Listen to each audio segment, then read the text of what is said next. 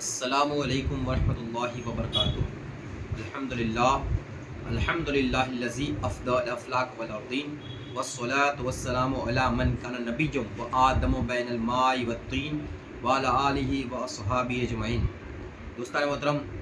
آج ہم اللہ کے عذاب کے بارے میں جانتے ہیں کہ اللہ کا عذاب کس طرح آتا ہے اور کسے اللہ کا عذاب کہتے ہیں۔ ایک عالم دین جو ایک وقت ایسا ہوتا ہے کہ فجر کی نماز کے وقت ان کی آنکھ بہت دیر سے کھلتی ہے، نیند بہت دیر سے کھلتی ہے۔ فجر کی نماز کے اندر کچھ وقت بچتا ہے، کچھ لمحہ بچتا ہے اور ان کی آنکھ کھل جاتی ہے اور وہ دیکھتے ہیں کہ وقت ہو چکا ہے، اگر میں وضو کرنے رہا تو جماعت کا وقت ہو جائے گا اور مقتدی مجھے برا بلا کہیں گے۔ تو مقتدی کی ڈانٹ کو نہ سننے کی وجہ سے وہ بے وضو جا کر کے نماز پڑھا دیتے ہیں اور پھر پورے دن انتظار کرتے ہیں کہ ابھی اللہ کا عذاب آئے گا، ابھی اللہ کا عذاب آئے گا، ابھی اللہ کا عذاب آئے گا۔ پورا دن گزر جاتا ہے لیکن اللہ کا عذاب نہیں آتا ہے۔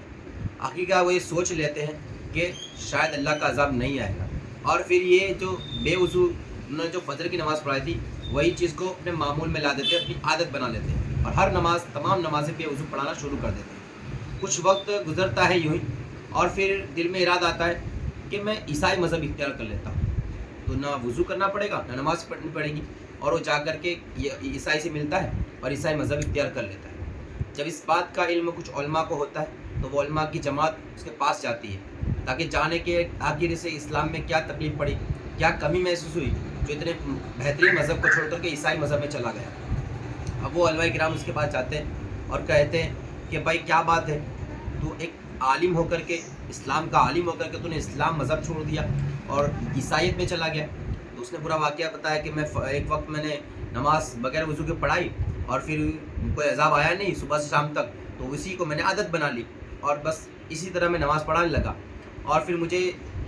بے وضو نماز پڑھنے میں بھی سستی آنے لگ گئی تھی، تو میں نے عیسائی مذہب اختیار کر لیا کہ یہاں نماز بھی نہیں ہے، نہ وضو بھی نہیں ہے اور اللہ کا عذاب بھی نہیں آتا ہے، تو میں نے اس لیے اسلام مذہب چھوڑ کر کے عیسائی مذہب میں آ گیا ہوں میں۔ تو علماء کرام نے ٹہکا لگایا، مسکرائے، ہنس کر کے کہا ارے نادان، ارے بیوقوف، کہ اللہ کا عذاب اس بات کو نہیں کہتے کہ آسمان پھٹ جائے یا زمین پھٹ جائے یا آسمان میں سے پتھر گرے یا آگ کی بارش ہو یا کوئی اور چیز کا نزول ہو، اسے اللہ کا عذاب نہیں کہتے۔ ارے اللہ کا عذاب تو تجھ پر آ چکا ہے کہ اللہ نے اپنا پیارا مذہب اسلام تجھ سے چھین لیا، تجھے اسلام سے باہر کر دیا اور تجھے اسلام کی توفیق سے ہٹا دیا۔ رب فرماتا ہے کہ سب سے بہترین مذہبوں میں سب سے بہترین مذہب اسلام ہے، اللہ نے وہ مذہب تجھ سے چھین لیا، یہی تو اللہ کا عذاب ہے۔ تو دوستان محترم،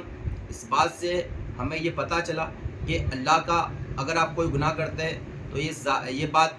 یہ نہیں ہے کہ آپ پر کوئی آگ کی بارش ہو، پتھر گرے یا زمین پھٹ جائے یا کوئی آپ پر آفت بلا آ جائے تو ہی اللہ کا عذاب ہوگا۔ نہیں، اگر آپ کوئی گناہ کرتے ہیں تو آپ یہ نہ سوچیں کہ اس طرح کا کوئی ماحول ہوگا۔ اگر اللہ اپنے کوئی بھی نیکی سے آپ کو دور کرتا ہے تو آپ سوچ لیجئے کہ یہی اللہ کا عذاب ہے۔ آپ کو اللہ اپنی بارگاہ سے دور کرتا ہے، نمازوں سے دور کرتا ہے، سجدوں سے دور کرتا ہے، اللہ کے دین میں خیرات زکوٰۃ دینے سے دور کرتا ہے، کسی بھی طریقے سے نیک کام سے اگر اللہ نے آپ کو دور کر دیا ہے سمجھ لیجئے کہ جو آپ نے گناہ کیا تھا یا کر رہے ہیں اس کا عذاب آپ پر آ گیا۔ بس اللہ تعالیٰ